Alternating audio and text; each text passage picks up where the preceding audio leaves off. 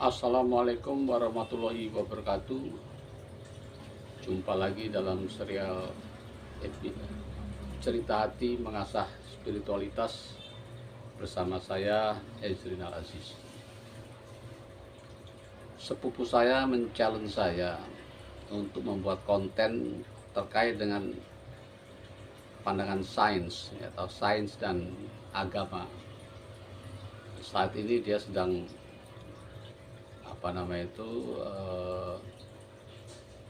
bersemangat atau mempelajari sains, dan dia menganjurkan saya membaca buku Sapien yang tentang Homo sapien, tentang asal mula manusia ya.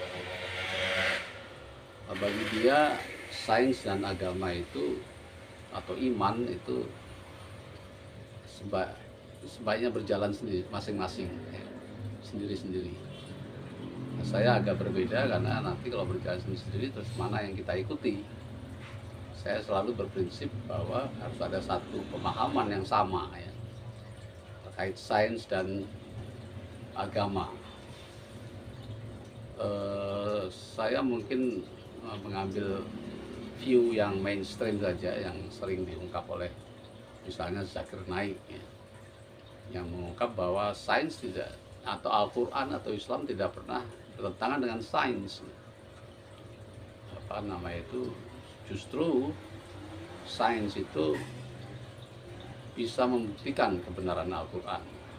Banyak sekali contoh-contoh ya, misalnya dalam Al-Quran disebut ada 2 laut yang terpisah. Baru-baru ini ditemukan memang itu terjadi. Selalu terjadi pemisahan antara tawar dan air laut ya. Saya juga mempelajari itu waktu di S2. Kemudian juga banyak sekali tentang misalnya saja Islam melarang wanita yang cerai untuk menikah lagi itu paling cepat setelah 3 kali masa haid.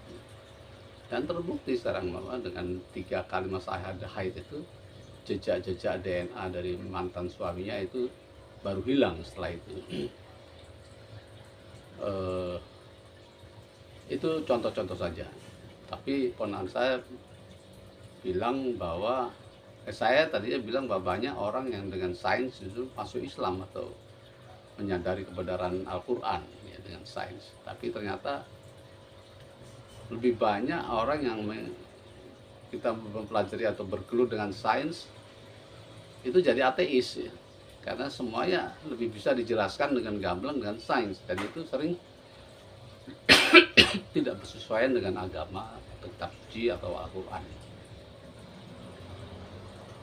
Saya punya pengalaman juga ya, ketika saya masih remaja, masih suka berpikir, dan saya tahu hukum-hukum alam.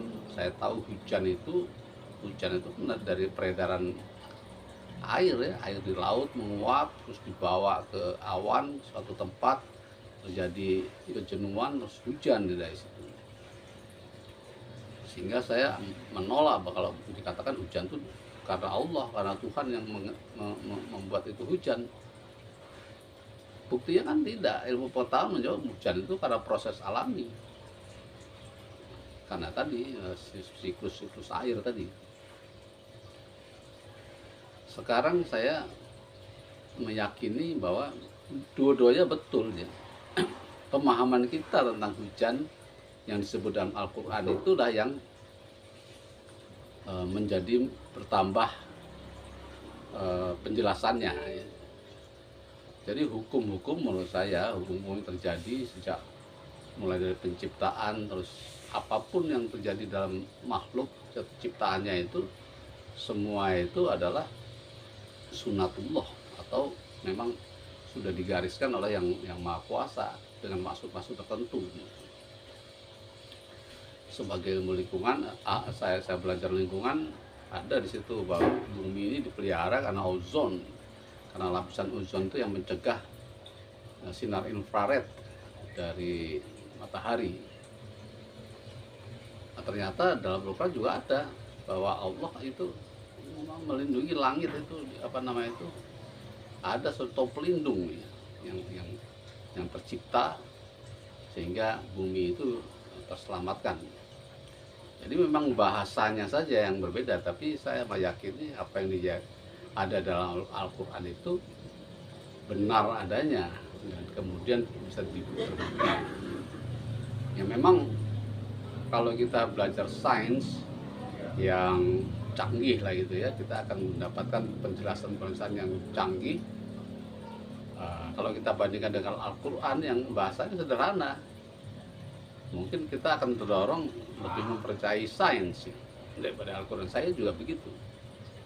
Tapi saya lalu berpikir Al-Quran ini adalah bahasa yang digunakan oleh Allah Subhanahu wa taala untuk seluruh manusia. Jadi untuk belajar Al-Quran itu tidak harus jadi profesor. Berbeda kalau kita belajar sains atau ya saya chemical engineering. Saya baca buku textbook chemical engineering, maka saya harus ada basic pengetahuan, akumulasi pengetahuan untuk memahami itu. Tapi tidak halnya dengan Al-Quran. Al-Quran itu setiap orang berakal akan terbimbing bisa memahami Al-Quran karena memang sederhana. Cuman memang Al-Quran yang pemahaman Al-Quran akan bertingkat-tingkat juga. Orang yang sederhana akan memahaminya secara sederhana. Orang yang mempunyai pengetahuan akan memahaminya sesuai dengan pengetahuannya. Tetapi Al-Quran itu tidak salah. Pemahamannya akan bisa multiplicated. Contohnya saja, saya sering mencontohkan Al-Quran sangat sering sekali menyebutkan bahwa kita harus peduli kepada fakir miskin, kepada anak yatim. Terjemahan harfiah atau terjemahan sederhana ya anak yatim itu ya anak yang tidak punya anak, tidak punya orang tua. Itu disebut anak yatim. Cuman saya dengan pengetahuan saya tertentu, saya belajar lingkungan hidup dan sebagainya, maka yang disebut anak yatim itu selain memang anak sesungguhnya anak yang tidak punya orang tua, tetapi juga adalah lingkungan yang rusak atau masyarakat yang marginal, masyarakat yang tidak terlindungi ya, atau kelompok minoritas. Jadi apapun itu yang perlu perlindungan ya, itu adalah anak yatim. Nah ini kan pengembangan. Tapi kalau kita memahami anak yatim itu adalah anak yang tidak punya orang tua, itu tidak salah. Jadi Al-Quran itu seperti itu. Dia bisa dipahami oleh orang sederhana sekalipun, harus bisa dipahami. Dan bisa juga dipahami dengan pengkayaan oleh orang-orang yang berpengetahuan luas ya. Sehingga dengan demikian saya bisa dalam tanda petik berkompromi ya. Tapi bukan berarti apologetik, tidak. Karena sekali lagi Al-Quran itu adalah bahasa yang diperuntukkan bagi umat manusia dengan sepanjang masa, dari yang masyarakat sederhana sampai masyarakat kompleks dan seterusnya, itu akan bisa memahami Al-Quran dengan baik. Karena Al-Quran itu universal, diperuntukkan bagi seluruh umat manusia. Nanti saya akan bahas hal yang menarik ya, terkait diskusi saya dengan sepupu saya terkait dengan Nabi Adam. Apakah Nabi Adam itu manusia pertama atau bukan? Bagaimana menurut sains dan bagaimana menurut Al-Quran, dan bagaimana saya memaknainya. Bagi saya sains itu harus dikembangkan dan itu kebenaran, itu data, fakta ya. Tapi kita harus yakin juga bahwa Al-Quran itu juga kebenaran ya. Hanya pemahaman kita yang perlu disesuaikan, dalam petik itu ya, disesuaikan sehingga Al-Quran itu saya yakin dengan keimanan itu akan selalu sesuai dengan sains dan sesuai dengan zaman apapun, karena Al-Quran memang diperuntukkan bagi umat manusia sepanjang masa dan juga bagi golongan manapun. Islam punya banyak dimensi, bisa dilihat dari sisi ini, sisi itu, dan sebagainya.